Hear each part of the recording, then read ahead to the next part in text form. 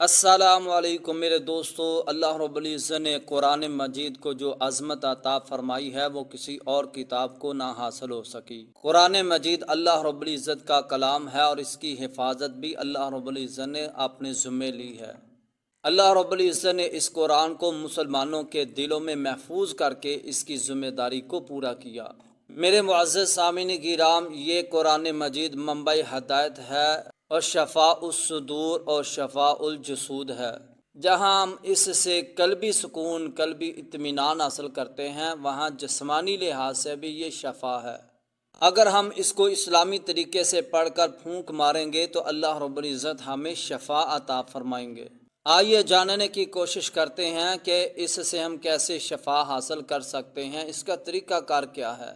معزز سامعین کرام، ویڈیو آخر تک دیکھیے گا اور آپ سے ایک ریکویسٹ ہے کہ ہمارے channel better life Islamic advice کو سبسکرائب کر دیں اور ساتھ بیل آئیکن کو بھی پریس کر دیں۔ معزز سامعین کرام، اللہ رب العزت نے قرآن مجید میں کچھ ایسی صورتیں نازل فرمائی ہیں جس کو پڑھ کر اگر ہم پھونک ماریں گے تو اللہ رب العزت شفا عطا فرمائیں گے۔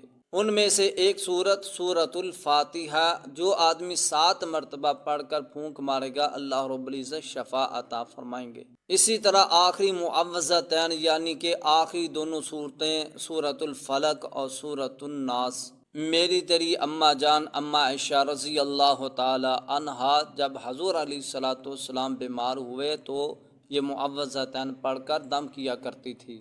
اسی طرح صحیح بخاری کی روایت ہے کہ جب نبی علیہ السلام بستر پر آرام فرماتے تو دونوں ہتھیلیوں کو ملا کر قل ھو اللہ یعنی سورۃ الاخلاص اور آخری معوذتین پڑھ کر اپنی ہتھیلیوں پر پھونک مارتے اور جہاں تک ممکن ہوتا ہے اپنے پورے جسم پر، اپنے پورے بدن پر ہاتھ پھیر لیتے، اور یہ عمل حضور علیہ السلام 3 مرتبہ کیا کرتے تھے۔ اسی طرح جب حضور علیہ السلام پر جادو ہوا تو نبی علیہ السلام نے سورۃ الفلق اور سورۃ الناس پڑھ کر دم کیا تو اللہ نے شفا عطا فرمائی۔ اللہ رب العزت سے دعا ہے کہ اللہ رب العزت ہمیں قرآن و حدیث کو سمجھ کر اس پر عمل کرنے کی توفیق عنایت فرمائے۔ اگر ویڈیو پسند آئے تو ہماری ویڈیو پر لائک ضرور کر دینا۔